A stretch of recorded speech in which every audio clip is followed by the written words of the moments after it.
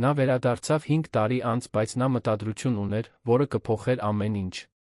Եթե սիրում եք նման պատմություններ, բաժանորդագրվեք այս ալիքին, մենք ամեն օր հրապարակում ենք, շարունակենք։ Արուսյակ Մենդեսյանը դիտում էր Արագածոտնի մարզի լեռներից բարձրացող Արը, այն հանգստությամբ, ով վերջապես գտել էր իր տեղն աշխարհում։ Հողով կեղտոտված ձեռքերը դաշտում աշխատանքից թեթակի կարմրած դեմքը չէին թաքցնում նրա նուրբ գծերը կամ բավարարվածության փայլը մեղրագույն աչքերում։ 5 տարի էր անցել այն օրվանից, երբ նա լքել էր ամեն ինչ՝ Վիլանյան ազգանունը, զարդերը, անսահմանափակ կրեդիտ քարտերը, երանյան բարձր հասարակության երեկույթները, հատկապես ամուսնությունը, որն ամեն օր մի փոքր ավելի էր խեղդում նրան։ Դաշտի ծաղիկ ֆերման, ինչպես նա սիրով էր անվանել, գտնվում էր Աղավնաձոր փոքրիկ քաղաքից 40 րոպե հեռավորության վրա։ Այնտեղ, գունագեղ ծաղկաթմբերի մեջ, որոնք նա վաճառում էր տարածաշրջանի ծաղկավաճառներին, Արուսյակը վերակառուցել էր իր ինքնությունը։ 35 տարեկանում նա իրեն ավելի կենդանի էր զգում հորտենզիաներ արածաղիկներ մշակելով, քան երբեք զգացել էր Վիլանյանների առանձնատան մարմարյա սրահներում։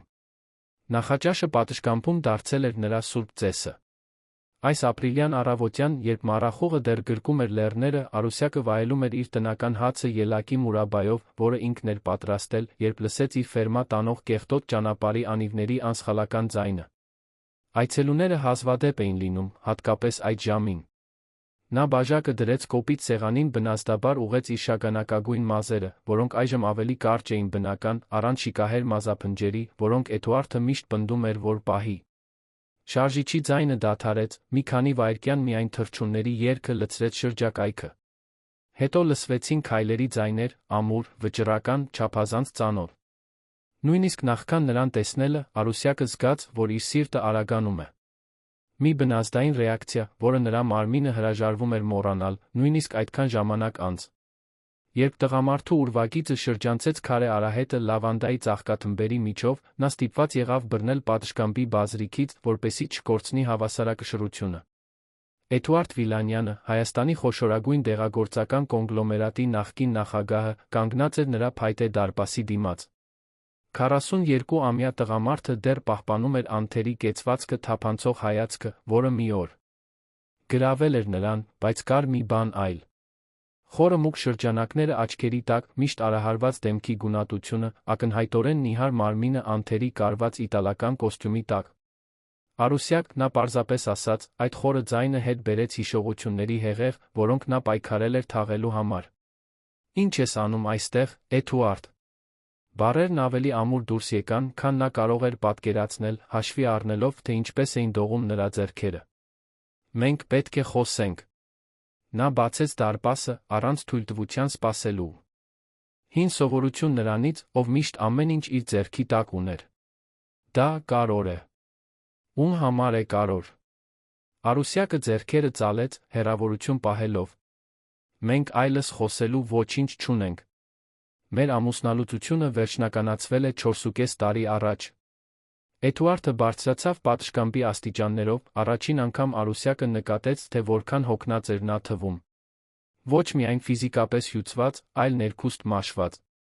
Կանաչ աչքերը, միշտ այդքան վստահ գերիշխող, այժմ կրում էին մի խոցելիություն, որը նա երբեք չէր տեսել։ Ես հիվանդ եմ, Արուսյակ։ Բառերը քարերի պես ընկան առավոտվա լռության մեջ։ Արուսյակը բերանում զգաց անակնկալի դառը համը։ Ուղեղի ուռուցք, հազվադեպ ագրեսիվ։ Բժիշկները։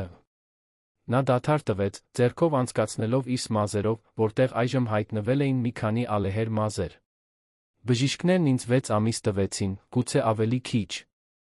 Արուսյակը նայեց նրան, փնտրելով մանիպուլյացիայի որե-նշան, զգացմունքային մարտավարության որե ակնարկ, որոնք նա այդքան լավ էր օգտագործում 7 տարվա ամուսնության ընթացքում։ Բայց այն, ինչ նա գտավ, միայն մերկ ցավ հաշտություն էր։ Ցավում եմ, նա վերջապես ասաց, ձայնն ավելի մեղմ, բայց դեռ զգուշավոր։ Բայց ինչու եկար ինձ փնտրելու այդքան ժամանակ անց։ Որովհետև այս բոլոր տարիներին, բոլոր նվաճումներում, բոլոր կորուստներում, դու ես եղել միակ իրական մարդը իմ կյանքում։ Էդուարդը մեկ քայլ արեց նրա կողմը։ Միակ կինը, ում ես իսկապես սիրել եմ։ Արուսյակը զգաց, որ իր երակներում արյունը սառում է։ Այն բառերը, որոնք մի օր ամեն ինչ կնշանակեին, այժմ հնչում էին որպես ճաքած զանգ, գեղեցիկ, բայց անկատար։ Էդուարդ, եթե եկել ես ներում կամ մխիթարություն փնտրելու, սխալ տեղ ես ընտրել։ Այն, ինչ մենք ունեինք, ավարտվել է։ Ես առաջ եմ շարժվել։ Ես չեմ եկել ներում խնդրելու, նա պատասխանեց, զարմացնելով նրան։ Եկել եմ, որովհետև ինձ 3 օր է պետք։ 3 օր։ Քո կյանքից 3 օր։ Որպեսզի խոսենք։ Որպեսզի կարողանամ վերջին անգամ նայել քո աչքերին։ Որպեսզի բացատրեմ այն բաները, որոնք երբեք քաջություն չեմ ունեցել ասելու։ Դու 7 տարի ունեիր ասելու այն, ինչ ուզում էիր։ Եվ ես վատնեցի դրանցից յուրաքանչյուրը։ Նրա ձայնի անկեղծությունը մի պահ զինաթափեց նրան։ Նախքան հեռանալս, ես ուզում եմ գոնե մեկ հնարավորություն ունենալ ցույց տալու, թե ով եմ ես իրականում։ Առանց դիմակների, առանց իմ ընտանիքի ակնկալիքների, առանց վիլանյան կայսրության բեռի։ Պարզապես ես։ Արուսյակը դիտում էր իր դիմացի տղամարդուն։ Այն տղամարդուն, ով մի օր երդվել էր սիրել նրան առողջության հիվանդության, հարստության աղքատության մեջ։ Այն տղամարդուն, ով առաջին տարիներին նրան ստիպել էր զգալ իրեն աշխարհի ամենաառանձնահատուկ կինը, իսկ հետո նրան վերածել էր հյուրասենյակի դեկորատիվ գավաթի։ Այն տղամարդուն, ով դավաճանել էր նրան իր օգնականի հետ, ով նվաստացրել էր նրան գործարար ընթրիքների ժամանակ, ով ստիպել էր նրան կասկածել իր սեփական մտքի առողջությանը, երբ նա հարցականի տակ էր դնում նրա պահվածքը։ Եվ այնուամենայնիվ, նրա աչքերում մի բան կար, որը թույլ չէր տալիս նրան պարզապես հեռացնել նրան։ 3 օր, նա վերջապես ասաց։ Կարող ես մնալ հյուրատանը, ֆերմայի հետի մասում։ Դրանից հետո ուզում եմ, որ գնաս այլս չվերադառնաս։ Նրա դեմքի թեթացումը անկեղծ էր։ Շնորհակալություն։ Հյուրատունը պարզ էր, մեկ ննջասենյակ, մեկ լոգարան, մի փոքր սենյակ ամերիկյան խոհանոցով։ Ոչինչ չհամեմատվող շքեղ հյուրանոցների հետ, որոնք Էդուարդը հաճախում էր իր գործարար ուղղությունների ժամանակ, բայց նա չբողոքեց։ Ընդհակառակը, նա գրեթե երախտապարտ էր պարզության համար։ Առաջին 2 օրը տարօրինակ էին։ Պաշտոնական զրույցներ նախաճաշի ժամանակ։ Երկարատ լռություն, մինչ Արուսյակը աշխատում էր իր ծաղկաթմբերում, իսկ Էդուարդը դիտում էր նրան հեռվից։ Երեկոյան, լուռ ընթրիքներ պատշգամբում, ճռիկների ձայնով որպես սաունդթրեք։ Միայն 3-րդ օրվա կեսօրին, երբ նրանք շրջում էին տարածքով, պատնեշները սկսեցին քանդվել։ Հիշում ես Դիլիջան կատարած այն ուղղությունը, հարցրեց Էդուարդը, մինչ դիտում էր Արուսյակին, որը կապույտ հորտենզիաներ էր հավաքում։ Ինչպես կարող էի մոռանալ։ Դա առաջին անգամն էր, որ դու իսկապես ուշադրություն դարձրիր ինձ վրա ամուսնության առաջին տարուց հետո։ Նա չթաքցրեց դառնությունը ձայնի մեջ։ Դա առաջին անգամն էր, որ ես հասկացա, որ կորցնում եմ քեզ, նա խոստովանեց։ Այդ գիշեր հյուրանոցում, երբ դու լացելով քնեցիր ես արթուն մնացի, նայելով առաստաղին, մտածելով, թե որ պահին եմ դարձել քո պատմության չարագործը։ Արուսյակը դադարեցրեց ծաղիկներ հավաքելը, նայեց նրան։ Եվ եկար որ է եզրակացության։ Այո։ Որ ես դառնում էի իմ հայրը։ Նրա աչքերի ցավը շոշափելի էր։ Նույն մարդը, ում ես արամարում էի մորս դեկորատիվ առարկայի պես վերաբերվելու համար, ով սիրուհիներ էր փոխում, ինչպես փողկապներ, ով ամեն ինչի արժեքը չափում էր իր գնով։ Ես երդվեցի, որ այլ կլինի, ի վերջո։ Ի վերջո դու գերազանցեցիր վարպետին, Արուսյակը լրացրեց, բայց առանց սովորական սրության։ Նրա ձայնի մեջ միայն տխուր արձանագրում կար։ Արը սկսում էր մայր մտնել, երկինքը նկարելով նարնջագույն վարդագույն երանգներով։ Նրանք նստեցին ֆերմայի փոքր լճի ափին գտնվող կոպիտ նստարանին, դիտելով ամպերի արտացոլանքը ջրի մեջ։ Երբ ես իմացա հիվանդության մասին, Էդուարդը շարունակեց, առաջին բանը, որ մտածեցի, բիզնեսի, փողի կամ նույնիսկ իմ ընտանիքի մասին չէր։ Դա քո մասին էր։ Այն մասին, թե ինչպես ես ոչնչացրի միակ իսկապես թանկարժեք բանը, որ երբեք ունեցել եմ։ Արուսյակը կոկորդում կուլ տվեց։ Նրա մի մասը ուզում էր հավատալ, ուզում էր ընդունել այդ խոսքերը որպես ճշմարիտ։ Մյուս մասը, որը ցավալիորեն սովորել էր պաշտպանվել, պահպանում էր իր պաշտպանությունը։ Ինչու մենք երբեք երեխաներ չունեցանք, Էդուարդ։ Հարցը դուրս եկավ, նախքան նա կարողացավ զսպել այն հին ցավ, որը երբեք ամբողջությամբ չէր բուժվել։ Նա շեղեց հայացքը, այն ամրացնելով լճի հանգիստ ջրերին։ Որովհետև ես վախենում էի։ Ինչից էիր ախենում։ Հայր դառնալուց, առանց իմանալու, թե ինչպես լինել հայր։ կրկնելու այն սխալները, որոնցից տուժել եմ։ Տեսնելու իմ որդու աչքերում նույն արամարանքը, որը ես զգում էի իմ ծնողների նկատմամբ։ Էդուարդը խորը շունչ քաշեց։ Եվ որովհետև խորքում ես գիտեի, որ երեխան մեզ ընդմիշտ կկապեր, իսկ ես արժանի չէի այդ կապին քեզ հետ։ Հետո լռությունը լցվեց գորտերի կռկռոցով, որոնք սկսում էին իրենց գիշերային սիմֆոնիան։ Առաջին աստղերը հայտնվում էին երկնքում, երբ նրանք վերադարձան գլխավոր տուն։ Նրանց միջ լարվածությունը վերածվել էր այլ բանի, այլս զայրույթ կամ ցավ չէր, այլ մի տեսակ ընդհանուր մելամաղձություն այն ամենի համար, ինչ կարող էր լինել չեղավ։ Արուսյակը պարզ ընթրիք պատրաստեց, սնկով ռիզոտո, նրա սիրելի ուտեստը։ Նրանք կերան մոմի լույսի ներքո, ոչ թե ռոմանտիկայի համար, այլ որովհետև ֆերմայի գեներատորը երբեմն գիշերը խափանվում էր։ Նրանք կիսեցին մի շիշ գինի, առաջին անգամ 5 տարվա ընթացքում միասին ծիծաղեցին, հիշելով հարաբերությունների սկզբի պահերը։ Դու այնքան նյարդային էիր իմ ծնողների հետ առաջին ընթրիքի ժամանակ, որ կարմիր գինի թափեցիր մայրիկիս պարսկական գորգի վրա, Էդուարդը ժպտաց հիշելով։ Եվ դու ասացիր, որ դու էիր, անմիջապես քեզ վրա վերցրիր մեղքը, Արուսյակը լրացրեց, զարմանալով, որ հիշում է այդ դրական մանրամասնությունը այդքան ցավալի հիշողությունների մեջ։ Որովհետև ես արդեն սիրում էի քեզ։ Առաջին իսկ պահից։ Խոստովանությունը կախված էր նրանց միջ որպես չկատարված խոստում։ Ընթրիքից հետո նրանք նստեցին պատշգամբում։ Գիշերը զով էր, Էդուարդը իր բաճկոնը դրեց Արուսյակի ուսերին, խնամքի ավտոմատ ժեստ, որը նրան անակնկալի բերեց։ Նրա մատները շոշափեցին նրա մաշկը, շփումը էլեկտրական հոսանք առաջացրեց, որն անցավ նրա մարմնով։ Նրանց հայացքները հանդիպեցին, մի պահ թվում էր, թե ժամանակը կանգ է առել։ Նրա ձեռքերն էին, որոնք առաջինը փնտրեցին նրանցը, մատները միահյուսելով, կարծես փորձում էին վերամիացնել մի կոտրված բան։ Համբույրը բնականաբար եկավ հետո, սկզբում վարանող որպես թույլտվության խնդրանք, ապա ավելի ուժեղ, կարոտով, ցանկությամբ խորը տխրությամբ լի այն բանի համար, ինչ նրանք պատրաստվում էին կրկին կորցնել։ Արուսյակը գիտեր, որ պետք է դադարեցներ, որ բացում էր դռները մի ցավի համար, որը հաղթահարելու համար տարիներ էր պահանջվել։ Բայց այդ պահին, Արագածոտնի մարզի աստղազարդ երկնքի տակ, այն տղամարդու հետ, ով մի օր խոստացել էր սիրել նրան։ Ընդմիշտ, ով պատրաստվում էր ընդմիշտ հեռանալ, նա իրեն թույլ տվեց խելագարության վերջին արարքը։ Նրանք սեր արեցին, ինչպես երբեք նախկինում, առանց սոցիալական կապանքների, առանց ակնկալիքների, առանց այն դերերի, որոնք նրանք սովոր էին խաղալ։ Պարզապես երկու մարդ, որոնք վերագտնում էին միմյանց, հիշելով յուրաքանչյուր կորություն, յուրաքանչյուր շունչ, յուրաքանչյուր սրտի բաբախյուն։ Դա հրաժեշտ էր, երկուսն էլ գիտեին, բայց դա նա ներման միծ էր, որը բառերը երբեք չէին կարող արտահայտել։ Հաջորդ առավոտ Էդուարդը հեռացավ, ինչպես խոստացել էր։ Չկային արցունքներ կամ անհնար խոստումներ։ Միայն երկար գրկախառնություն, շնորհակալություն շշնջաց նրա մազերին։ Արուսյակը վերադարձավ իր առօրյային, համոզված, որ Էդուարդ Վիլանյանի գլուխը վերջնականապես փակված էր իր կյանքում։ Մինչ 3 շաբաթ անց սկսվեցին առավոտյան սրտխառնոցները։ Հղիության թեստը, որը գնվել էր փոքր քաղաքի դեղատնից, որտեղ բոլորը միմյանց ճանաչում էին, ցույց տվեց 2 վարդագույն գիծ, որոնք կրկին ամեն ինչ փոխեցին։ Հըյղի 35 տարեկանում։ Մի տղամարդուց, ով մեռած կլիներ նույնիսկ մինչ երեխայի ծնվելը։ Լուրը նրան հարվածեց որպես գնացք, մեծ արագությամբ։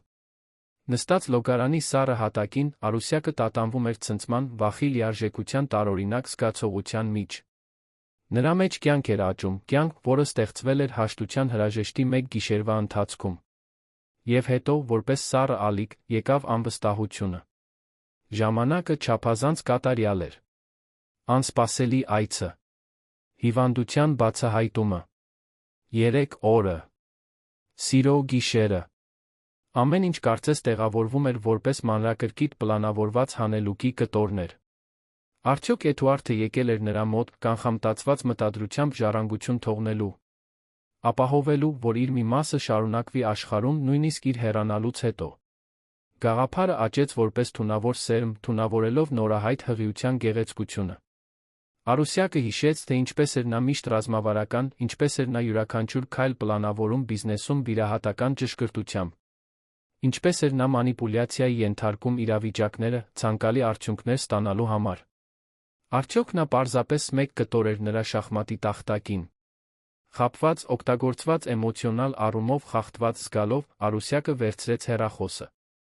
Զայրույթը եռում էր նրա արյան մեջ, մինչ նա հավաքում էր այն համարը, որը երբեք չէր ջնջել։ Էդուարդը պատասխանեց երրորդ զանգից հետո։ Պետք է խոսեմ քեզ հետ, նա ասաց, ձայնը դողում էր կատաղությունից։ Հիմա։ Էդուարդը ֆերմա հասավ 2 ժամից էլ քիչ ժամանակում, անհնարին ժամանակ հաշվի առնելով Երանի Արագածոտնի մարզի լեռների միջ հեռավորությունը, ինչը միայն հաստատեց Արուսյակի կասկածը։ Նա հավանաբար երբեք չէր վերադարձել մայրաքաղաք։ Նա պետք է կանգ առած լիներ տարածաշրջանի որևէ հյուրանոցում, հեռվից վերահսկելով նրան, սպասելով իր հաջորդ քայլի կատարյալ պահին։ Երբ նրա մեքենան կայանեց քարե ճանապարհին, Արուսյակը արդեն սպասում էր նրան պատշգամբում, ձեռքերը կրծքին ծալած որպես զրահ։ Զայրույթը գույն էր տվել նրա սովորաբար գունատ այտերին, նրա աչքերը, սովորաբար քնքուշ, սրված էին որպես սայրեր։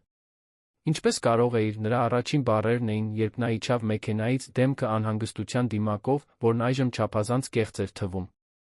Ինչպես կարող էիր օգտագործել նույնիսկ քո ենթադրյալ մահը, ինձ մանիպուլյացիայի ենթարկելու համար։ Էդուարդը բարձրացավ աստիճաններով, հոնքերը կնճռոտած։ Ինչի՞ մասին ես խոսում, Արուսյակ։ Ես հղի եմ։ Բառերը դուրս եկան որպես մեղադրանք, նա դառը բավարարվածությամբ դիտեց նրա դեմքի անկեղծ ցնցումը։ Կամ արդյոք դա պարզապես մեկ անթերի կատարում էր։ Շնորհավորում եմ, դու ստացար այն, ինչ ուզում էիր։ Ժառանգ։ Ժառանգություն։ Քո մի մասը, որը կմնա այս աշխարհում քո հեռանալուց հետո։ Հղի։ Էդուարդը իսկապես շփոթված էր թվում, բռնվելով պատշգամբի բազրիքից, կարծես նրա ոտքերը կարող էին տատանվել։ Ինչպես երբ մի խաղա հիմարի դեր։ Արուսյակը մոտեցավ, մատը պարզած նրա կրծքին։ Ամեն ինչ պլանավորված էր, չէ՞։ Այցը, ուռուցքի պատմությունը, 3 օրը հաշտվելու համար։ Ամեն ինչ հաշվարկված էր, ինձ խոցելի դարձնելու համար, որպեսզի ես մեկ վերջին անգամ ինձ քեզ հանձնեի, ապահովեի քո թանկարժեք վիլանյան ազգանվան շարունակությունը։ Ոչ, Էդուարդը եռանդուն շարժեց գլուխը։ Դա այդպես չէր։ Ես երդվում եմ, Արուսյակ։ Ես իսկապես հիվանդ եմ։ Ախտորոշումը բավական է, ստեր։ Արուսյակը գոռաց, ձայնը արձագանքելով լեռների միջ։ Թռչունները վախեցած թռան մոտակա ծառից։ Ես հավատացի քեզ։ Առաջին անգամ տարիների ընթացքում ես իջեցրի իմ պաշտպանությունը։ Եվ դու օգտվեցիր դրանից, ինձ օգտագործելու որպես քո ժառանգության ինկուբատոր։ Էդուարդը փորձեց մոտենալ, բայց նա հետ քաշվեց, կարծես նրա հպումը կարող էր այրել նրան։ Արուսյակ, խնդրում եմ, լսիր ինձ։ Ես երբեք չեմ պլանավորել դա։ Հղիությունն ինձ համար նույնքան անակնկալ է, որքան քեզ համար։ Ես եկա այստեղ, որովհետև իսկապես մտածում էի, որ մահանում եմ, որովհետև ուզում էի հաշտվել նախքան հեռանալս։ Միայն դա էր։ Նույնիսկ եթե դա ճիշտ է, Արուսյակն ասաց, ձայնն այժմ վտանգավորորեն ցածր։ Ինչ է փոխվում։ Դու կմեռնես մի քանի ամսից, իսկ ես կմնամ այստեղ, մենակ, դաստիարակելով քո որդուն։ Այդպիսին էր մեծ աստվածային ծրագիրը։ Քո վերջին կտորը շախմատի տախտակին։ Հետո լռությունը ծանր էր, լի չասված մեղադրանքներով վերակենդանացած հին ցավերով։ Էդուարդը կարծես 10 տարով ծերացել էր դիմակայության այդ րոպեներին։ Ես չգիտեմ, թե ինչ ասեմ, նա վերջապես խոստովանեց, ձեռքերով անցկացնելով մազերով, հուսահատության ժեստով։ Իմ պլանների մեջ չէր քեզ հետ երեխա ունենալը այս հանգամանքներում։ Բայց հիմա, երբ դա տեղի է ունենում, չեմ կարող ասել, որ ցավում եմ։ Դուրս արի այստեղից, Արուսյակը հրամայեց, ձայնը դողում էր զսպված հույզերից։ Ես կմեծացնեմ այս երեխային մենակ։ Ինձ պետք չես դու, քո փողը կամ քո ազգանունը։ Իրականում, ես նախընտրում եմ, որ այս երեխան երբեք չիմանա, թե ով ես եղել։ Արուսյակ, դա անիմաստ է։ Դուրս արի։ Նրա բղավոցը կտրեց օդը որպես ճիչ։ Դուրս արի հիմա, կամ ես կկանչեմ ոստիկանություն կհայտնեմ, որ դու հետապնդում ես ինձ, ոտնձգություն ես անում։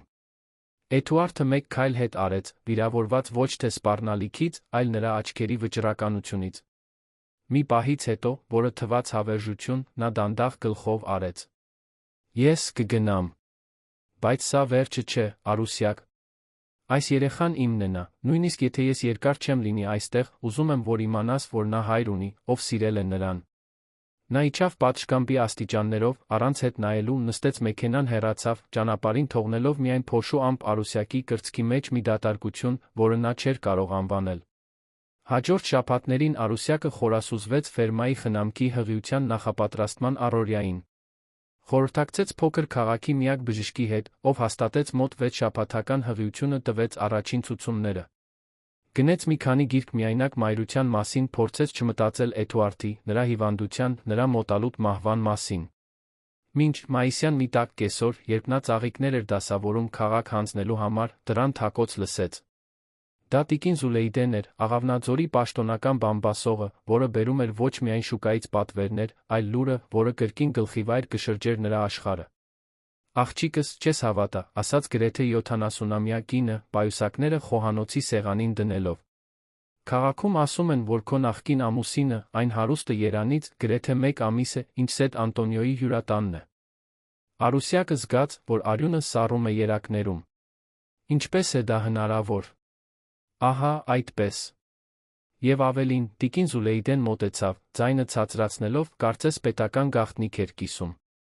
Իմ քույրը աշխատում է Վանաձորի լաբորատորիայում, գիտես։ Նա ինձ ասաց, որ քո նախկին ամուսինը երեկ ստացել է հետազոտության արդյունքներ, այնտեղից դուրս է եկել երջանկությունից ցատկելով։ Թվում է, թե նախորդ ախտորոշման մեջ սխալ է եղել։ Նա ոչ մի ուռուցք չունի։ Առողջ է ինչպես ծի։ Բառերը հարվածեցին Արուսյակին որպես բռունցք որովայնին։ Նա զգաց, որ սենյակը պտտվում է, ստիպված եղավ նստել։ Էդուարդը հիվանդ չէր։ Նա չէր մահանում։ Ամեն ինչ կեղծիք էր, մանրակրկիտ սուտ, ինչի՞ համար, կոնկրետ։ Վստահ եք, տիկին Զուլեյդե, նա հարցրեց, ձայնը գրեթե անլսելի։ Իհարկե, վստահ եմ։ Իմ Թերեզան երբեք չի ստում։ Եվ ավելին, ասացին, որ նա տուն է վարձել քաղաքի ելքի մոտ։ Թվում է, թե նա կմնա այստեղ։ Երբ տարեց կինը վերջապես հեռացավ, Արուսյակից բոլոր հնարավոր ռեակցիաները քաղելուց հետո, նա մնաց նստած խոհանոցի սեղանին, փորձելով մարսել դավաճանության մեծությունը։ Էդուարդը ստել էր մահամերձ լինելու մասին։ Նա մանիպուլյացիա էր ենթարկել նրա զգացմունքները, նրա կարեկցանքը, նրա խոցելիությունը։ Եվ հիմա, նա բնակություն էր հաստատում նույն քաղաքում, հավանաբար փորձելու համար ինչ-որ կապ հաստատել երեխայի հետ։ Նրա զգացած զայրույթն այնքան ուժեղ էր, որ նրա ձեռքերը դողում էին։ Նա վերցրեց հեռախոսը, հավաքեց նրա համարը, վճռականորեն դիմակայելու նրան։ Բայց նախքան զանգի կոճակը սեղմելը, մի բան կանգնեցրեց նրան։ Մի կասկած։ Իսկ եթե տիկին Զուլեյդեն սխալվում էր։ Իսկ եթե նրա քույրը սխալ էր մեկնաբանել իրավիճակը։ Ի վերջո, այդքան լուրջ դեպքում ախտորոշման սխալի հնարավորությունը անհավանական էր թվում։ Նա որոշեց սպասել։ Հաստատել պատմությունը, նախքան որևէ մեղադրանք անելը։ Հաջորդ օրը նա գնաց փոքր քաղաքի կենտրոն, հրապարակի փոքր հյուրանոցում ծաղիկներ հանձնելու պատրվակով։ Եվ նա այնտեղ էր, նստած կենտրոնական հրապարակի նստարանին, գիրք թերթելով, տարօրինակ կերպով խաղաղ թվում էր մահվան շեմին գտնվող մեկի համար։ Արուսյակը նրան դիտում էր հեռվից, թաքնված ծառի հետում, որպես դեռահաս, ոչ թե որպես մեծահասակ անկախ կին, ումով հպարտանում էր։ Էդուարդը տարբեր էր թվում, ավելի հանգիստ, առանց անթերի կոստյումի, ջինսերով, պարզ վերնաշապիկով։ Նրա մազերը մի փոքր ավելի երկար էին, նա կարճ մորուք էր աճեցրել, որը երբեք չէր կրել ամուսնության ընթացքում։ Մինչ նա դիտում էր նրան, մի տղամարդ մոտեցավ, քաղաքի մանկաբույժը, դոկտոր Միքայելը։ Երկուսը մի քանի րոպե խոսեցին, Էդուարդը գրպանից մի բան հանեց, կարծես բժշկական հետազոտություն։ Դոկտորը ուսումնասիրեց թուղթը, ասաց մի բան, որը Էդուարդին ժպտալ տվեց, ապա սեղմեցին ձեռքերը, կարծես ինչ-որ համաձայնություն էին կնքել։ Արուսյակը զգաց, որ լեղին բարձրանում է կոկորդից։ Նա խորհրդակցում էր մանկաբույժի հետ։ Պլանավորում էր ապագան իր երեխայի հետ։ Նրա երեխայի։ Նույնիսկ առանց նախապես նրա հետ խոսելու քաղաքավարության։ Նա պատրաստվում էր դուրս գալ իր թաքստոցից դիմակայել նրան, երբ տեսավ, որ Միքայելը քարտ է տալիս Էդուարդին։ Վերջինը շնորհակալություն հայտնեց, դրեց գրպանը, հեռացավ հյուրատան ուղղությամբ։ Արուսյակը մի քանի րոպե սպասեց, նախքան բժշկին մոտենալը, ծածնելով պատահական հանդիպում։ Դոկտոր Միքայել, ինչ անակնկալ է ձեզ այստեղ տեսնելը։ Արուսյակ, ինչպե՞ս եք։ Լսել եմ, որ հղի եք, շնորհավորում եմ։ Բժիշկը անկեղծ ժպտաց։ Հենց այդ մասին էի խոսում ձեր նախկին ամուսնու հետ։ Նախկին ամուսին։ Նա ձացրեց։ Զարմանք։ Էդուարդը քաղաքում է։ Այո, հենց նոր հանդիպեցի նրան։ Նա ինձ փնտրում էր Վանաձորի մանկաբույժների մասին հարցնելու համար։ Թվում է, թե նա պատրաստվում է տեղափոխվել տարածաշրջան։ Նա խոսեց իր հիվանդության մասին, Արուսյակը հարցրեց, փորձելով ձայնը կայուն պահել։ Բժիշկը շփոթված կնճռոտեց հոնքերը։ Հիվանդություն։ Նա ինձ բավականին առողջ թվաց։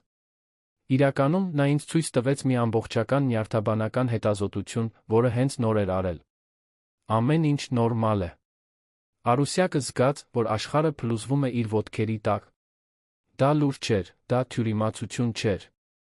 Էդուարդը իսկապես ստել էր մահամերձ լինելու մասին։ Նա օգտագործել էր էմոցիոնալ մանիպուլյացիաների ամենադաժանը, նրան կրկին մոտենալու համար։ Նա շնորհակալություն հայտնեց բժշկին, ստիպողական ժպիտով արագ քայլեց դեպի իր մեքենան։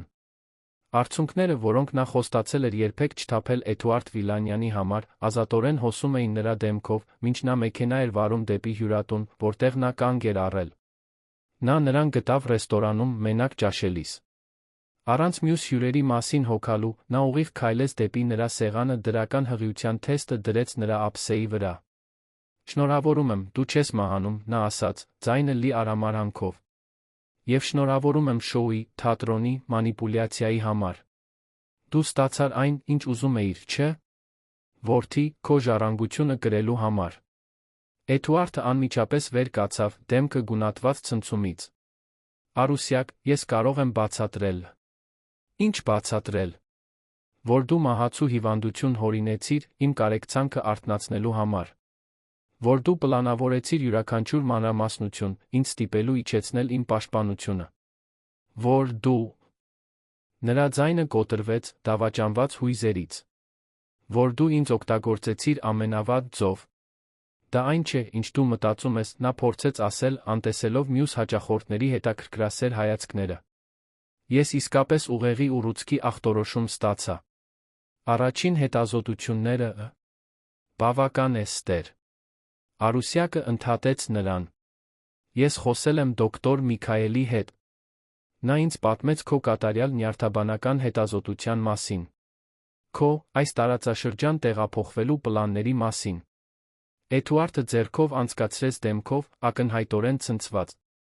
Սկզբնական ախտորոշման մեջ սխալ է եղել, Արուսյակ։ Ես իմացա մի քանի օր առաջ։ Դա անսահման թեթացում էր, բայց նա ինձ դրեց անհնարին դիրքի մեջ։ Անհնարին դիրք։ Նա անհումոր ծիծաղեց։ Միակ անհնարին դիրքը իմն է։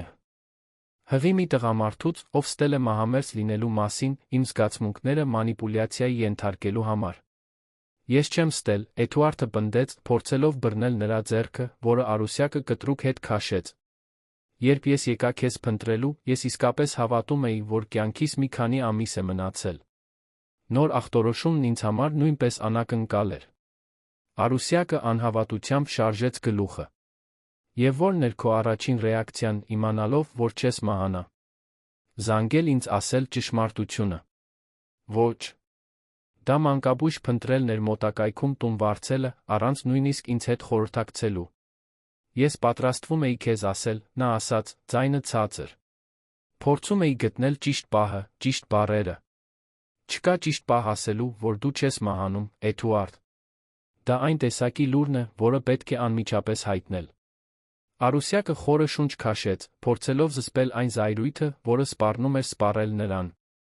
Ես քեզ չեմ ուզում իմ կյանքում կամ իմ որդու կյանքում։ Հասկացա՞ր։ Հեռու մնա մեզանից։ Նա շրջվեց հեռանալու համար, բայց նա բռնեց նրա ձեռքից։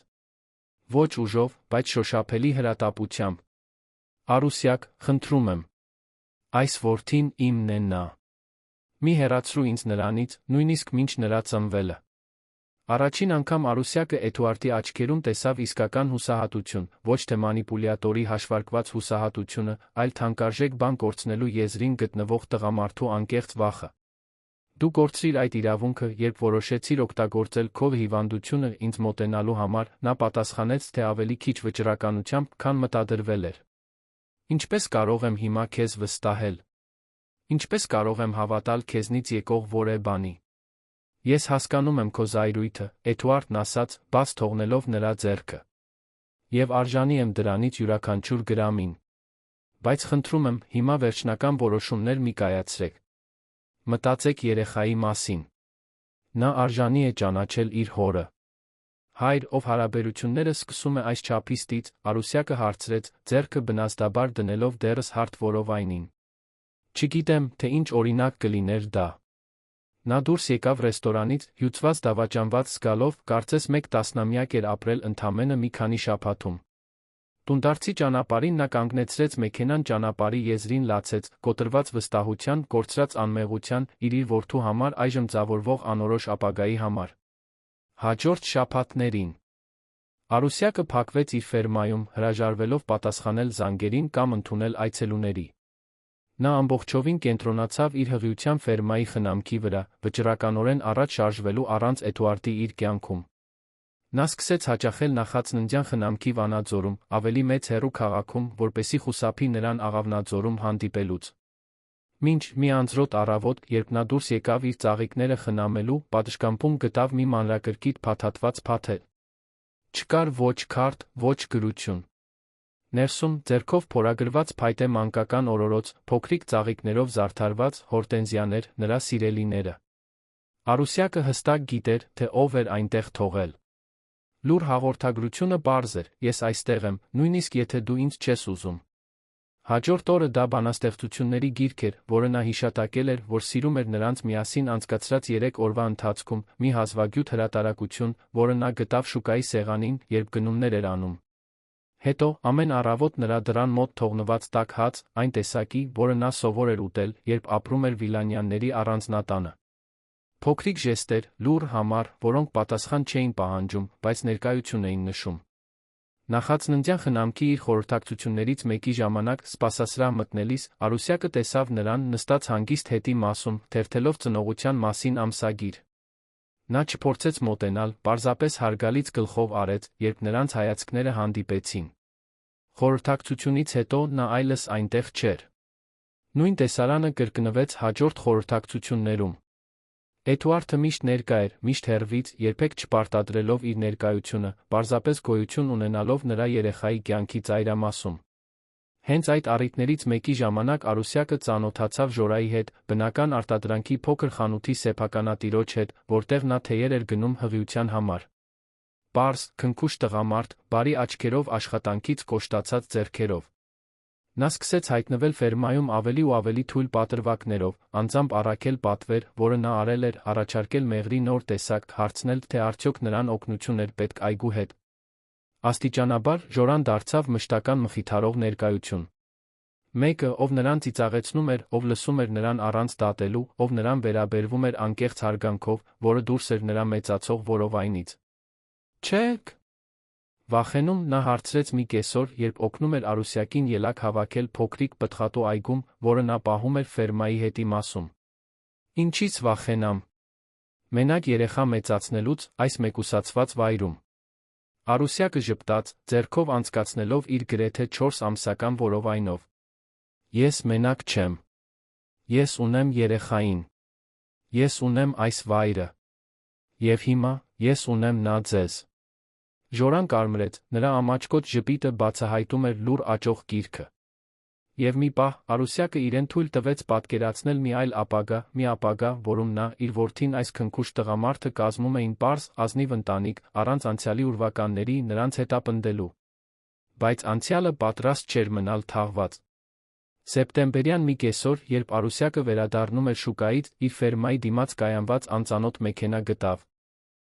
Անթերիգ Մերսեդես-Բենցը համազգեստով վարորդը համբերատար սպասում էր դրսում։ Նրա սիրտը արագացավ վատ նախազգացումից։ Տուն մտնելիս նա գտավ վերջին մարդուն, ում ակնկալում էր տեսնել հարմարավետ նստած իր հյուրասենյակում, կարծես տարածքը նրան էր պատկանում։ Հելենա Վիլանյանը, դեղագոր։ Ծական կայսրության մայրապետը, նախկին սկեսուրը Հայաստանի ամենահզոր կանանցից մեկը, նրան էր նայում նույն սառը հաշվարկող արտահայտությամբ, որը Արուսյակը այդքան լավ գիտեր։ Էդուարդի նույն կանաչ աչքերը, բայց առանց ջերմության կամ մարդկայնության որե հետքի։ Արուսյակ, ասաց 60-ամյա կինը, էլեգանտ իր շանելի կոստյումով, վերջապես նորից հանդիպեցինք։ Արուսյակը զգաց, որ օդը դուրս է գալիս իր թոքերից։ 5 տարի էր անցել այն օրվանից, երբ նա վերջին անգամ դեմ առ դեմ էր եղել Հելենա Վիլանյանի հետ, կինը կարծես թե ոչ մի օր չէր ծերացել։ Նույն խիստ հյուսվածքը, նույն անթերի կեցվածքը, նույն գերազանցության հայացքը, որը միշտ նրան ստիպել էր զգալ իրեն անբավարար։ Ինչպես մտաք իմ տուն, Արուսյակը հարցրեց, բնազդաբար ձեռքը դնելով որովայնին, որպես պաշտպանության ժեստ։ Ձեր դարպասը բաց էր, Հելենան պատասխանեց, թե երկուսն էլ գիտեին, որ դա սուտ էր։ Մենք պետք է խոսենք այն նուրբ իրավիճակի մասին, որում հայտնվել ենք։ Արուսյակը գնումների պայուսակները դրեց սեղանին մնաց կանգնած, հրաժարվելով նստել։ Նա Հելենային չէր տա նրան ցածր դիրքում տեսնելու բավարարություն։ Մենք խոսելու ոչինչ չունենք։ Այս հավասարման մեջ մենք չկա։ Կամ ես իմ որդին, կամ դուք, մի անծանոթուհի, ով ներխուժել է իմ սեփականություն։ Հելենան ժպտաց, այն սառը ժպիտը, որը երբեք չէր հասնում նրա աչքերին։ Միշտ այդքան դրամատիկ, Արուսյակ։ Այդ պատճառով է, որ Էդուարդը միշտ հակում ուներ քեզ հանդեպ, չնայած քո համեստ նախապատմությանը։ Նա շուրջը նայեց, արամարանքով գնահատելով պարզ սենյակը։ Տեսնում եմ, որ դու շարունակում ես նախընտրել ապրել որպես գյուղացի, նույնիսկ այն շքեղությունը ճանաչելուց հետո, որը փողը կարող է ապահովել։ Ես նախընտրում եմ ապրել արժանապատվությամբ ազատությամբ, Արուսյակը պատասխանեց, ձայնը ամուր պահելով, չնայած ձեռքերում սկսվող դողին։ Ինչ եք ուզում, Հելենա։ Անմիջապես անցեք բուն կետին։ Տարեց կինը էլեգանտ կերպով ծալեց ոտքերը, ուղղելով իր կոստյումի կիսաշրջած գեստը։ Ես այստեղ եմ լուծելու այն խնդիրը, որը ստեղծել է իմ որդին։ Այս դատողության սխալը, որը հանգեցրել է ձեր հղիությանը։ Արուսյակը զգաց, որ զայրույթի ալիք է բարձրանում իր մարմնով։ Իմ որդին դատողության սխալ չէ։ Նա կյանք է, օրհնություն է։ Խնդրում եմ, Հելենան ձեռքով արեց, կարծես հեռացնում էր անհարմար մոծակին։ Զերծ պահեք ինձ մայրական խոսքից։ Ես եկել եմ գործնական լուծում առաջարկելու բոլորիս համար։ Մի առատաձեռն ֆինանսական համաձայնություն, որը կապահովի երեխայի ապագան, առանց Վիլանյան ընտանիքի անունը հրապարակայնորեն ներգրավելու անհրաժեշտության։ Ես ձեր փողը չեմ ուզում, Արուսյակն ասաց սեղմված ատամներով։ Երբեք չեմ ուզել։ Ամեն մարդ իր գինն ունի, սիրելիս, Հելենան պատասխանեց, բացելով իր հետ բերած կաշվե պանակը մի քանի փաստաթուղթ հանելով։ 5 միլիոն դրամ, փոխանցված օֆշորային հաշվին։ Բնակարան երեխայի անունով ցանկացած քաղաքում, որը կընտրեք։ Ցմահ ամսական վճար լավագույն դպրոցի համար, որը փողը կարող է գնել։ Փոխարենը, բացարձակ գաղտնիություն։ Ոչ մի հրապարակային հայտնություն, ոչ մի փորձ կապվելու Վիլանյան ընտանիքի հետ, բացի բացարձակ անհրաժեշտից բժշկական հարցերի համար։ Արուսյակը նայեց այն թղթերին, որոնք Հելենան մեկնում էր իրեն, սրտխառնոց զգաց, որը ոչ մի կապ չուներ իր հղիության հետ։ Դուք իսկապես կարծում եք, որ կարող եք գնել իմ լռությունը։ Որ կարող եք գնել ձեր սեփական թոռանը։ Մի լինեք միամիտ, Հելենան պատասխանեց, քաղաքավարության իր դիմակը սկսում էր ճաքել։ Դուք իսկապես կարծում եք, որ կարող եք պատշաճ կերպով դաստիարակել Հայաստանի խոշորագույն գործարար կայսրություններից մեկի ժառանգին։ Այս խրճիթում, ոչ մի տեղի կենտրոնում։ Առանց համապատասխան կրթության, առանց սոցիալական կապերի, առանց մուտքի այն աշխարհ, որը ձերն է ծննդյան իրավունքով։ Ես նախընտրում եմ, որ իմ որդին մեծանա իրական արժեքներով, Հելենա։ Սեր, ազնվություն, աշխատանք։ Բաներ, որոնք Վիլանյանների փողը ակնհայտորեն չկարողացավ գնել Էդուարդի համար։ Հելենայի դեմքը կարծրացավ։ Ես կասկածում էի, որ դուք դժվար կլինեք։ Ցավալի է։ Ես իսկապես նախընտրում էի լուծել սա քաղաքակիրթ կերպով։ Նա փաստաթղթերը դրեց պանակի մեջ։ Բայց եթե համառել եք, ստիպված կլինեմ այլ միջոցներ ձեռնարկել։ Ինչպիսի՞։ Միջոցներ, Արուսյակը հարցրեց, զգալով, որ սարսուռ է անցնում իր ողնաշարով։ Դուք տրավմատիկ ամուսնալուծություն եք ունեցել։ Մեկուսացել եք աշխարհից։ Մենակ եք ապրում ոչ մի տեղի կենտրոնում։ Վերջերս մեկ էմոցիոնալ ցնցում եք ապրել, վերամիավորվելով ձեր նախկին ամուսնու հետ, ով ենթադրաբար հիվանդ էր։ Հելենան թվարկում էր փաստերը կլինիկական ճշգրտությամբ։ Դժվար չէր լինի իրավասու, լավ վարձատրվող, հոգեբույժների թիմի համար կասկածի տակ դնել ձեր էմոցիոնալ կայունությունը երեխա մեծացնելու համար։ Արուսյակը զգաց, որ արյունը սառում է։ Երակներում։ Դուք դա չեք անի։ Սիրելիս, Հելենան կրկին ժպտաց, էլեգանտ կերպով վեր կենալով, ես կայսրություն եմ կառուցել։ Ես ոչնչացրել եմ մրցակիցներին։ Ես գոյատել եմ 4 տասնամյակի ամուսնության մեջ մի տղամարդու հետ, ով անամոթաբար դավաճանում էր ինձ։ Չկա ոչինչ, ինչ ես չէի անի Վիլանյան ժառանգությունը պաշտպանելու համար։ Նա մոտեցավ Արուսյակին, ով բնազդաբար մեկ քայլ հետ արեց։ Մտածեք իմ առաջարկի մասին։ Դուք ունեք 3 օր։ Դրանից հետո իմ փաստաբանները կհարուցեն նախածննդյան խնամակալության հայց, կասկածի տակ դնելով ձեր մայր լինելու ունակությունը։ Եվ հավատացեք, ես ունեմ ռեսուրսներ, դա դատարաններով քաշելու այնքան ժամանակ, մինչ դուք էներգիա փող չունենաք պայքարելու համար։ Այս խոսքերով Հելենան քայլեց դեպի դուռը, հետում թողնելով միայն թանկարժեք օծանելիքի բույրը շոշափելի սպառնալիքը, որը կախված էր օդում որպես թունավոր ամպ։ Արուսյակը անշարժ մնաց երկար րոպեներ, մեքենայի հեռանալու ձայնը լսելուց հետո։ Նրա ոտքերը վերջապես թուլացան, նա նստեց բազմոցին, դողալով։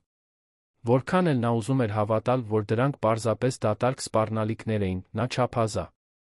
Նս լավ գիտեր Հելենա Վիլանյանի ուժն ու վճռականությունը։ Կինը կապեր ուներ հայկական հասարակության բոլոր մակարդակներում, քաղաքական գործիչներ, դատավորներ, բժիշկներ։ Եթե նա որոշեր ոչնչացնել նրան, կգտներ միջոցներ։ Հեռախոսը զանգեց, դուրս բերելով նրան սարսափի տրանսից։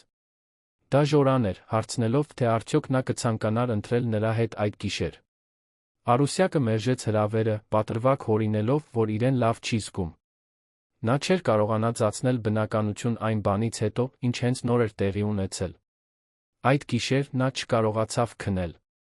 Պառկած անկողնում, շոյելով որովայնը, որը սկսում էր ցույց տալ նոր կյանքի առաջին նշանները, Արուսյակը մտածեց իր բոլոր տարբերակների մասին։ Նա կարող էր ընդունել փողը ապահովել իր որդու համար ֆինանսապես կայուն կյանք, բայց իր արժանապատվության երեխայի, հորը ճանաչելու հնարավորության հաշվին։ Նա կարող էր պայքարել դատարաններում, բայց գիտեր, որ Վիլանյանների ուժի դեմ հնարավորությունները նվազագույն էին։ Կամ նա կարող էր փախչել, վաճառել ֆերման, փոխել ինքնությունը, նոր կյանք սկսել մեկ այլ մարզում, գուցե նույնիսկ մեկ այլ երկրում։ Այլընտրանքներից ոչ մեկը արդար չէր թվում իր որովայնում աճող անմեղ երեխայի համար։ Հաջորդ առավոտ, դեռս առանց պատասխանների, Արուսյակը դուրս եկավ իր ծաղիկները խնամելու, միակ ծեսը, որը դեռ նրան որոշակի խաղաղություն էր բերում։ Հենց այդ ժամանակ նա տեսավ, որ ծանոթ մեքենա է կայանում դարպասի մոտ։ Դա Հելենայի հզոր Մերսեդեսը չէր, այլ Էդուարդի սպորտային Աուդին։ Նա իջավ մեքենայից մի արտահայտությամբ, որը նա երբեք չէր տեսել, զայրույթի վճռականության խառնուրդ, որն ամբողջովին փոխում էր նրա սովորաբար վերահսկվող դեմքը։ Առանց թույլտվություն խնդրելու, նա քայլեց դեպի նրան, ծրարը ձեռքին։ Դուք գիտեիք սրա մասին, նա հարցրեց, ձայնը դողում էր զայրույթից։ Արուսյակը նայեց ծրարին։ Ինչի՞ մասին եք խոսում։ Սրա մասին, Էդուարդը բացեց ծրարը, մեկնեց մի փաստաթուղթ, դրոշմված այն փաստաբանական գրասենյակի կնիքով, որը տասնամյակներ շարունակ ներկայացնում էր Վիլանյան ընտանիքը։ Նախածննդյան խնամակալության հայց, մոր էմոցիոնալ անկայունություն հայտարարելով։ Ստորագրված Հելենա Վիլանյանի, իմ մոր կողմից, առանց իմ իմացության կամ համաձայնության։ Արուսյակը զգաց, որ աշխարհը պտտվում է իր շուրջը։ Ուրեմն Հելենան չէր ստում։ Նա արդեն սկսել էր իր որդուն իրենից խլելու իրավական գործընթացը։ Նա երեկ այստեղ էր։ Արուսյակն ասաց, ձայնը գրեթե անլսելի։ Ինձ փող առաջարկեց Վիլանյան ընտանիքից հեռու մնալու համար։ Երբ ես մերժեցի, սպառնաց հենց դա անել։ Էդուարդը մի պահ փակեց աչքերը, կարծես փորձում էր վերահսկել ներքին փոթորիկը։ Երբ նա կրկին բացեց դրանք, դրանցում կար մի պարզություն, վճռականություն, որը Արուսյակը երբեք չէր տեսել։ Սա այսօր ավարտվում է, նա պարզապես ասաց։ Ինչը։ Իմ մոր վերահսկողությունը իմ կյանքի վրա։ Մանիպուլյացիաները։ Կայսրությունը, որը կառուցվել է քանդված հարաբերությունների հաշվին։ Էդուարդը ջմրթեց փաստաթուղթը ձեռքերում։ Եկեք ինձ հետ։ Ուր։ Երան։ Սրան մեկընդմիշտ վերջ տալու համար։ Արուսյակը վարանեց։ Ես չեմ կարող պարզապես գնալ ձեզ հետ։ Այն ամենից հետո, ինչ տեղի է ունեցել, ինչպես կարող եմ ձեզ վստահել։ Էդուարդը նայեց նրա աչքերին մի անկեղծությամբ, որը զինաթափեց նրան։ Ես չեմ խնդրում, որ ինձ վստահեք։ Ես խնդրում եմ, որ ինձ հնարավորություն տաք պաշտպանելու մեր որդուն նույն թունավոր մանկությունից, որը ես ունեցել եմ։ Եթե դրանից հետո դուք դեռ ուզում եք, որ ես հեռանամ, ես կհարգեմ ձեր որոշումը։ Նրա ձայնի, կեցվածքի, հայացքի մեջ մի բան կար, որը Արուսյակին ստիպեց դանդաղ գլխով անել։ Ես կվերցնեմ իմ պայուսակը։ Ճանապարհը դեպի Երան անցավ լարված լռության մեջ։ Էդուարդը կենտրոնացած էր վարելիս, երբեմն անհանգիստ հայացքներ նետելով Արուսյակին, ով դիտում էր, թե ինչպես է բնապատկերը աստիճանաբար փոխվում Արագածոտնի մարզի լեռներից դեպի Երանյան մետրոպոլիա տանող խցանված մայրուղիներ։ Երբ նրանք վերջապես հասան Մաշտոցի պողոտայի սրտում գտնվող Վիլանյան Ֆարմասյուտիքալսի կենտրոնակայանը տեղավորող հսկա շենքին, Արուսյակը որովայնում կուլ տվեց։ Նա երդվել էր երբեք չկրկնել այդ վայրում, իշխանության սառնության տաճարում, որը գրեթե ոչնչացրել էր նրա հոգին։ Վստահ եք սրա մեջ, նա հարցրեց, երբ Էդուարդը կայանեց գլխավոր տնօրենի համար նախատեսված տեղում։ Բացարձակապես, նա պատասխանեց, անջատելով շարժիչը։ Ժամանակն է արմատից կտրել չարիքը։ Նրանք բարձրացան ուղիղ վերջին հարկ, այնտեղ, որտեղ գտնվում էր խորհրդի նիստերի դահլիճը։ Ինչպես Էդուարդը կանխատեսել էր, Հելենան այնտեղ էր, նիստ էր նախագահում ընկերության գլխավոր ղեկավարների փաստաբանների հետ։ Բոլորը զարմացած շրջվեցին, երբ դուռը կտրուկ բացվեց։ Էդուարդ, Հելենան վեր կացավ, նրա դեմքի ցնցումը արագորեն փոխարինվեց դժգոհության արտահայտությամբ, տեսնելով Արուսյակին նրա կողքին։ Ինչ է սա նշանակում։ Մենք մասնավոր հանդիպման մեջ ենք։ Ընկերության ապագայի մասին հանդիպում, ենթադրում եմ, Էդուարդն ասաց, ձայնը հանգիստ, բայց լի իշխանությամբ։ Կատարյալ։ Որովհետև հենց դրա մասին եմ եկել խոսելու։ Նա քայլեց դեպի սեղանի գլուխը, այն տեղը, որն իրավամբ իրեն էր պատկանում որպես գլխավոր տնօրեն, բայց որը Հելենան հաճախ էր զբաղեցնում նրա բացակայության ժամանակ։ Պարոնայք, տիկնայք, նա դիմեց ներկաներին, ներողություն եմ խնդրում ընդհատման համար, բայց կա մի շտապ հարց, որը պետք է լուծվի։ Ինչպես գիտեք, ես տիրապետում եմ Վիլանյան Ֆարմասյուտիքալսի բաժնետոմսերի 51%-ին, ինչը ինձ մեծամասնական վերահսկողություն է տալիս ընկերության բոլոր որոշումների վրա։ Հելենան կարծրացրեց հայացքը։ Էդուարդ, սա ոչ ժամանակն է, ոչ էլ տեղը։ Սա հենց ժամանակն է տեղը, մայր, նա ընդհատեց նրան ամուր։ Որովհետև ես հենց նոր իմացա, որ դուք օգտագործել եք ընկերության ռեսուրսները, ներառյալ մեր իրավաբանական բաժինը, իմ որդու մոր դեմ նախածննդյան խնամակալության գործընթաց սկսելու համար, առանց իմ իմացության կամ համաձայնության։ Դահլիճով շշուկ անցավ։ Ներկաներից շատերը ակնհայտորեն տեղյակ չէին իրավիճակին։ Ես այստեղ եմ տեղեկացնելու, որ այս պահից սկսած ես վաճառում եմ իմ մեծամասնական բաժնեմասը ընկերությունում, Էդուարդը շարունակեց անտեսելով Հելենայի դեմքի սարսափի արտահայտությունը։ Ես արդեն շահագրգիռ գնորդներ ունեմ։ Գործարքը կավարտվի մինչ շաբաթվա վերջ։ Դուք չեք կարող դա անել, Հելենան բացականչեց, ամբողջովին կորցնելով իր հանգստությունը։ Այս ընկերությունը ընտանիքի ժառանգությունն է։ Ձեր որդու ապագան։ Ոչ, Էդուարդը պատասխանեց, ձայնը լի զսպված հույզերով։ Իմ որդուն պետք չէ այս թունավոր ժառանգությունը։ Նրան պետք չէ մեծանալ մի միջավայրում, որտեղ իշխանությունն ու փողն ավելի կարևոր են, քան սերն ու ազնվությունը։ Որտեղ մանիպուլյացիան շփոթվում է ռազմավարության հետ, իսկ դաժանությունը ուժի։ Նա շրջվեց դեպի մյուս ղեկավարները։ Հանդիպումն ավարտված է։ Իմ փաստաբանները առաջիկա օրերին կկապվեն ձեզանից յուրաքանչյուրի հետ, անցման մասին քննարկելու համար։ Մեկ առ մեկ ղեկավարները հեռացան, դահլիճում թողնելով միայն Էդուարդին, Արուսյակին, Հելենային։ Դուք կատարում եք ձեր կյանքի ամենամեծ սխալը, Հելենան ասաց, հենց որ դուռը փակվեց վերջին ղեկավարի հետից։ Գցելով սերունդների քրտնաջան աշխատանքը նրա պատճառով։ Նա արհամարանքով մատնացույց արեց Արուսյակին։ Մի ոչ ոք, ով միայն հետաքրքրված է ձեր փողով։ Նա մերժեց 5 միլիոն դրամ բնակարան, Էդուարդը պատասխանեց, զարմացնելով Արուսյակին. Իսկապես կարծում եք, որ փողն է նրան մոտիվացնում։ Բոլորն էլ գին ունեն, Հելենան պնդեց։ Որոշները պարզապես ավելի համբերատար են, քան մյուսները։ Միակ գինը այստեղ, Էդուարդն ասաց, մոտենալով իր մորը, այն էր, ինչ ես վճարեցի տարիներ շարունակ, փորձելով ստանալ ձեր հավանությունը։ Ոչնչացնելով իմ ամուսնությունը, իմ սիրելու կարողությունը, իմ մարդկայնությունը, ամեն ինչ լինելու այն կատարյալ ժառանգը, որը դուք միշտ ուզում էիք։ Հելենան ծիծաղեց, անուրախ ձայնով։ Եվ հիմա նայեք ձեզ։ Երկրի խոշորագույն դեղագործական ընկերություններից մեկի գլխավոր տնօրեն։ Հարուստ։ Հզոր։ Դուք պետք է շնորհակալություն հայտնեք ինձ։ Ինչի՞։ Համար շնորհակալություն հայտնեմ։ Դատարկ կյանքի համար։ Իրական հարաբերություններ պահպանելու անկարողության համար։ Անընդհատ վախի համար, դառնալու իմ հոր նման մի մարդ, ում դուք արամարում էիք, բայց ում պահվածքը խրախուսում էիք, քանի դեռ պահպանում էին։ Արտաքին տեսքը։ Արուսյակը դիտում էր տեսարանը, իրեն գրեթե ներխուժող զգալով այդ ընտանեկան հաշվեհարդարում, որը տասնամյակներով ուշացած էր։ Նա տեսավ, թե ինչպես էր Էդուարդը թեթակի դողում, թե ինչպես էր յուրաքանչյուր բառ կարծես ազատում հին էմոցիոնալ բանտից։ Բավական է, նա վերջապես ասաց, խորը շունչ քաշելով։ Ավարտված է, մայր։ Ձեր վերահսկողությունը իմ վրա, այս ընկերության վրա, ամեն ինչի վրա։ Վերջացավ։ Արուսյակի դեմ հայցը անմիջապես կհետ կանչվի։ Դուք հեռու կմնաք իմ որդուց։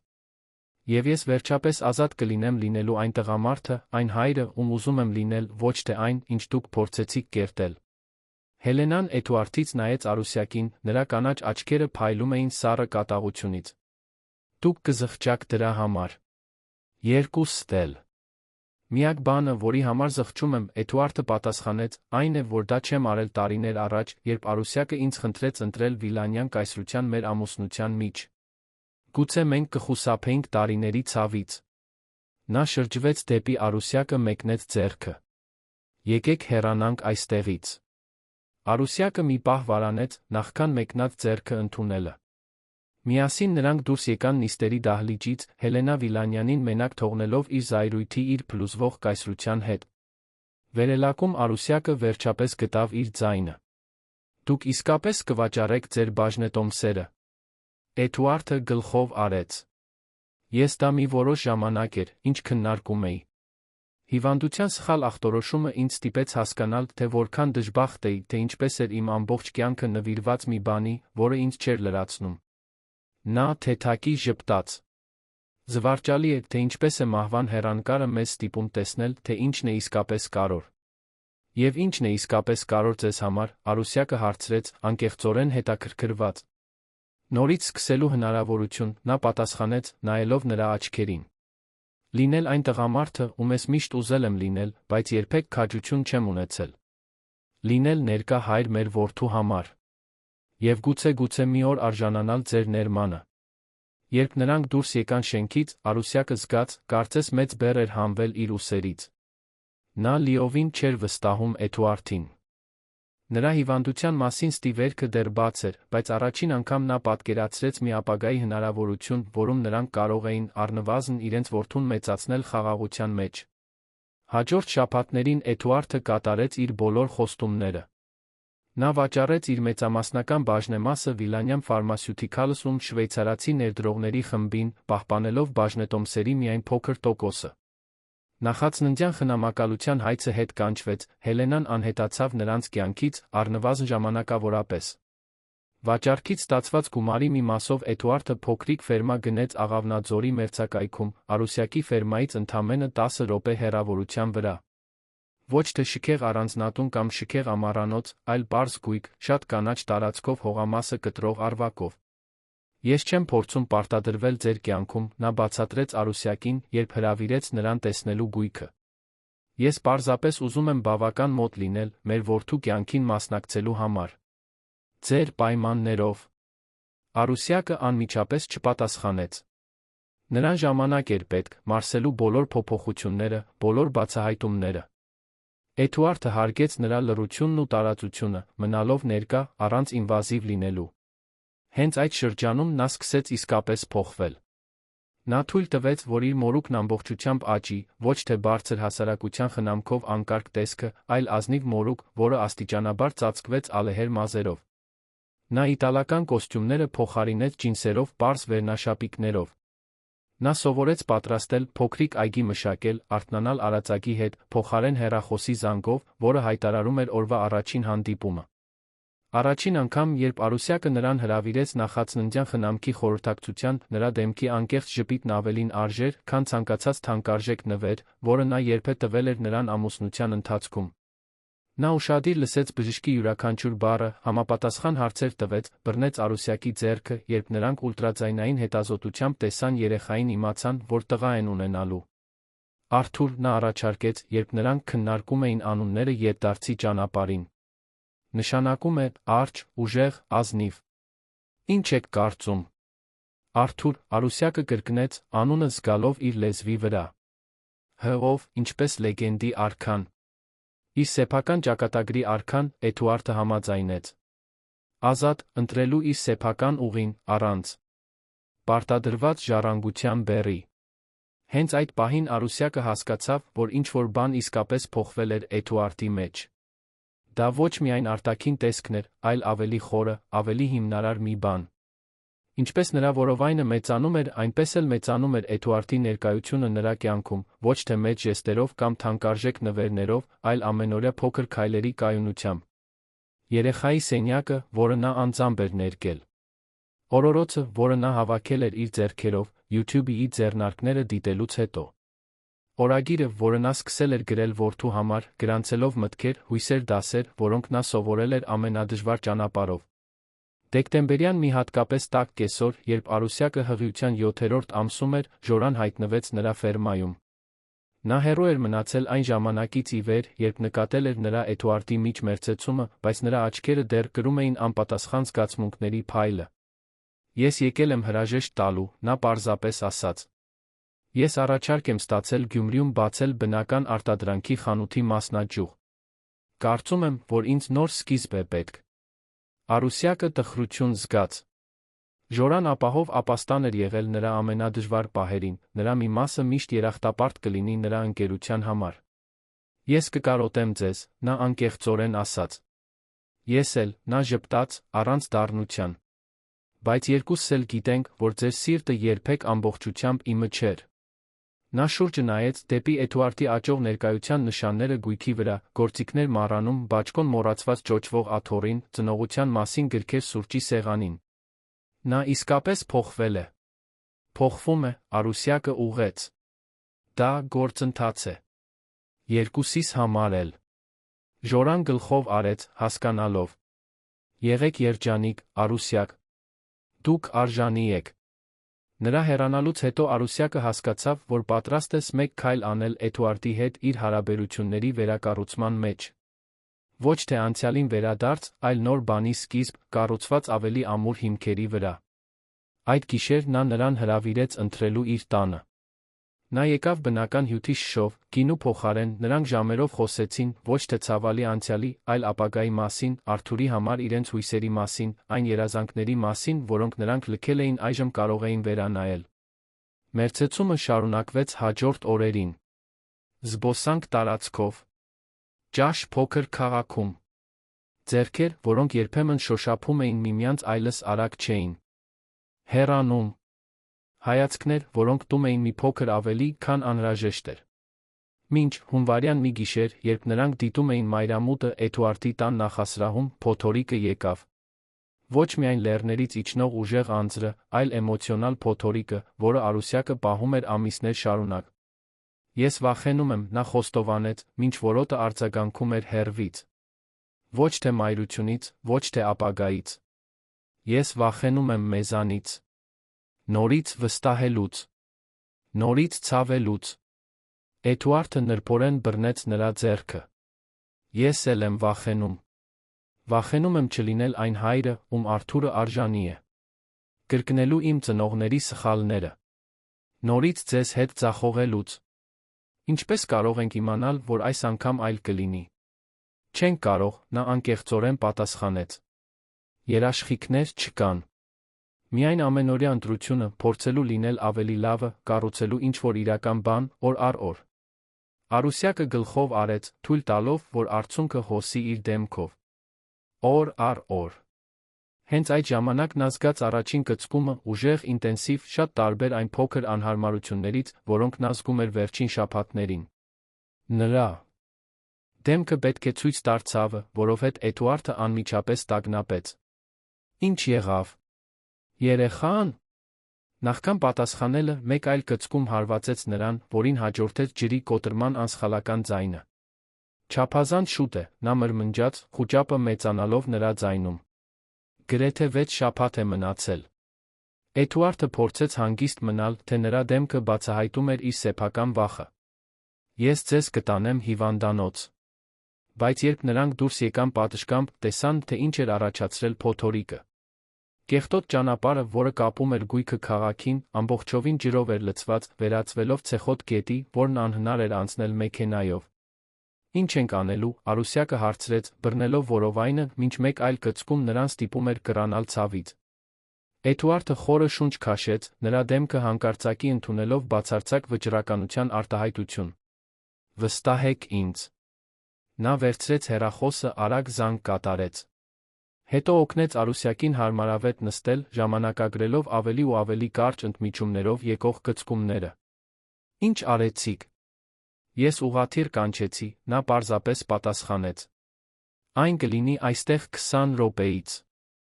Մեզ ուղիղ կտանի Երանի լավագույն հիվանդանոց։ Արուսյակը նայեց նրան, զարմացած։ Դուք դեռ ունեք այդպիսի ուժ։ Ոչ, Էդուարդը ժպտաց, ծնկի իջնելով նրա կողքին, մեկ այլ կծկման ժամանակ նրա ձեռքը բռնելու համար։ Բայց ես դեռ փող ունեմ, մի քանի օգտակար կապեր։ Տարբերությունն այն է, թե ինչպես եմ ես ընտրում դրանք օգտագործել հիմա։ Ուղղաթիռը ժամանեց, ինչպես խոստացվել էր, վայրէջք կատարելով տան կողքի բաց դաշտում, դիմակայելով ուժեղ անձրին։ Բժշկական անձնակազմը անմիջապես սկսեց վերահսկել Արուսյակին, հաստատելով, որ ծննդաբերությունը վերջնականապես սկսվել էր, որ Երան հասնելու ժամանակ չկար։ Մենք ստիպված կլինենք ծննդաբերել հենց այստեղ, ուղղաթիռում, բժիշկը բացատրեց։ Երեխան շատ արագ է գալիս։ Հաջորդող ժամերը ցավի, վախի, վճռականության անորոշություն էին Արուսյակի համար։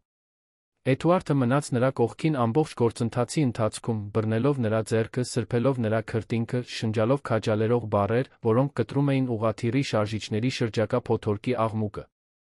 Երբ Արթուրի լացը վերջապես լցրեց օդանավի սահմանափակ տարածքը, Արուսյակը տեսավ լուռ արցունքներ, որոնք հոսում էին Էդուարդի դեմքով։ Նա դողացող ձեռքերով կտրեց պորտալարը, երբ բժիշկը փոքրիկ փաթեթը դրեց նրա ձեռքերում, այն հայացքը, որը նա կիսեց Արուսյակի հետ, պարունակում էր բոլոր խոստումները, որոնք բառերը երբեք չէին կարող արտահայտել։ Արթուր Մենդեսյանը ծնվեց փոքր, բայց առողջ, հոր նման մուգ մազերի փափկամազով աչքերով, որոնք, երբ հակիրճ բացվեցին, խոստանում էին լինել մոր մեղրագույն աչքերի գույնի։ Հրաշք, փաթաթված ինքնաշեն ծածկոցի մեջ, ծնված փոթորկի ժամանակ, երկնքի երկրի միջ։ Հաջորդ ամիսներին Էդուարդը Արուսյակը նոր առօրյա սահմանեցին։ Նա չտեղափոխվեց նրա ֆերմա, հարգելով այն տարածքն ու ժամանակը, որը նրան դեռ պետք էր։ Փոխարենը, նա իր ժամանակը բաժանում էր իր սեփական ֆերմայի Արուսյակի սեփականության մեջ, ստանձնելով հոր դերը մի նվիրումով, որը զարմացնում էր բոլորին։ Անքուն գիշերներ լացող երեխայի հետ։ Առաջին ժպիտներ։ Անշնորհք լողացումներ։ Օրորոցային երգեր, երգված աններդաշնակ ձայներով։ Փոքրիկ հանգրվաններ, նշված նույն ինտենսիվությամբ, որով մի օր նշել էին մեծ գործարքներ կամ միլիոնավոր ձեռքբերումներ։ Արուսյակը ընդլայնեց իր ծաղիկների բիզնեսը, սկսելով մատակարարել տարածաշրջանի ավելի մեծ քաղաքների միջոցառումների դեկորացիաների համար։ Էդուարդը իր հերթին օգտագործեց իր կառավարման գիտելիքների մի մասը, օգնելու նրան կառուցվածքավորել աճը, երբեք չփորձելով վերահսկողություն ստանձնել կամ պարտադրել իր գաղափարները։ Հելենան այլս երբեք անձամբ չհայտնվեց, թե երբեմն Արթուրին թանկարժեք նվերներ էր ուղարկում, որոնք Էդուարդը Արուսյակը քաղաքավարիորեն վերադարձնում էին։ Վիլանյան կայսրությունը շարունակում էր գոյություն ունենալ, այժմ նոր ղեկավարության ներքո, բայց դա պարզապես ստորագրություն էր այն կյանքում, որը նրանք կառուցում էին օրեցօր, ընտրություն առ ընտրություն։ Հենց մի հանգիստ կիրակի կեսօր էր, երբ Արթուրը հենց նոր էր դարձել 6 ամսական, որ Էդուարդի Արուսյակի վերափոխումը վերջապես ավարտվեց։ Նստած կողք կողքի պատշգամբի ճոճանակին, դիտելով մայրամուտը, մինչ երեխան քնած էր մոր գրկում, նրանց պետք չէին մեծ խոսքեր կամ դրամատիկ հայտարարություններ։ Արուսյակը պարզապես գլուխը դրեց Էդուարդի ուսին, մի պարզ ժեստ, որը կրում էր տարիների ցավի, ներման նոր սկզբի բեռը։ Եվ մնաց այնտեղ։ Չկային ամուսնության առաջարկներ, մատանիներ կամ հավերժական խոստումներ։ Նրանց դա պետք չէր։ Այն, ինչ նրանք կառուցել էին, դուրս էր փաստաթղթերից կամ արարողություններից։ Դա ամենօրյա պարտավորություն էր, ընտրելու միմյանց, միասին հաղթահարելու այն մարտահրավերները, որոնք կյանքը, անշուշտ, դեռ կբերեր։ Փոքրիկ Արթուրը, քնած նրանց միջ, կենդանի ապացույցն էր, որ երբեմն ամենամեծ հրաշքները ծնվում են ամենացավոտ սխալներից, որ սուտը կարող է ի վերջո ճանապարհ բացել ավելի խորը ճշմարտությունների համար, որ սերը, իսկականը, այն, որը գոյատում է փոթորիկներից, դավաճանություններից նոր սկզբերից, չի կառուցվում դրամատիկ պահերին, այլ ամեն օրվա փոքր ընտրություններում։ Արագածոտնի մարզի լեռների մեջ, որտեղ օդն ավելի մաքուր է, աստղերը փայլում են բյուրեղյա պարզությամբ, Արուսյակը Էդուարդը վերջապես գտան այն, ինչ միշտ փնտրում էին առանց իմանալու։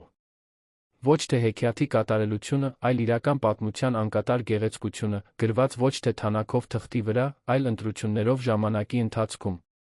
Մի պատմություն, առանց որոշված վերջի, բաց նոր գլուխների, նոր մարտահրավերների, նոր ուրախությունների համար։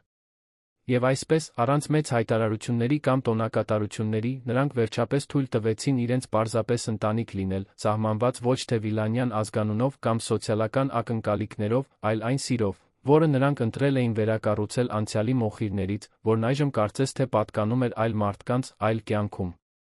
Երբ առաջին աստղերը սկսեցին կետագծել երկինքը, Արթուրը արթնացավ մեղմ լացով։ Էդուարդը մեկնեց ձեռքերը, Արուսյակը բնականաբար տեղափոխեց երեխային հոր գիրկը, կարծես նրանք դա արել էին ամբողջ կյանքում։ Նրանց մատները շոշափեցին միմյանց գործընթացում, մնացին միացած նույնիսկ հետո, ոչ թե դրամատիկ կամ տիրական ժեստով, այլ որպես լուռ կամուրջ երկու աշխարհների միջ, որոնք վերջապես գտել էին հավասարակշռություն։ Շնորհակալություն, Էդուարդը պարզապես ասաց։ Ինչի՞ համար, Արուսյակը հարցրեց, նրա աչքերը արտացոլում էին մայրամուտի վերջին ճառագայթի նարնջագույն գույնը, որը անհետանում էր հորիզոնում։ Ինձ սովորեցնելու համար, որ նորից սկսելը հնարավոր է։ Որ մենք սահմանված չենք մեր անցյալի սխալներով, այլ մեր ներկայի ընտրություններով։ Արուսյակը ժպտաց, թեթակի սեղմելով նրա ձեռքը։ Նա չասաց, որ սիրում է նրան։ Այդ բառերը կգային ավելի ուշ, երբ ժամանակը դրանք ոչ միայն ճշմարիտ, այլ անսասան կդարձներ։ Փոխարենը, նա ասաց մի բան, որը նույնքան հզոր էր։ Մենք հենց նոր ենք սկսում։ Եվ Արագածոտնի մարզի աստղազարդ երկնքի տակ, որդին գրկում ապագան բաց դիմացում, նրանք գիտեին, որ դա բոլոր ճշմարտություններից ամենամեծն էր։ Ամեն օր նոր սկիզբ էր, ամեն պահ, սերն ընտրելու նոր հնարավորություն, վախի փոխարեն, ճշմարտությունը, արտաքին տեսքի փոխարեն, ազատությունը, վերահսկողության փոխարեն։ Ոչ թե հեքիաթի վերջը, այլ իրական պատմության շարունակական զարգացումը։ Անկատար։ Անկեղծ։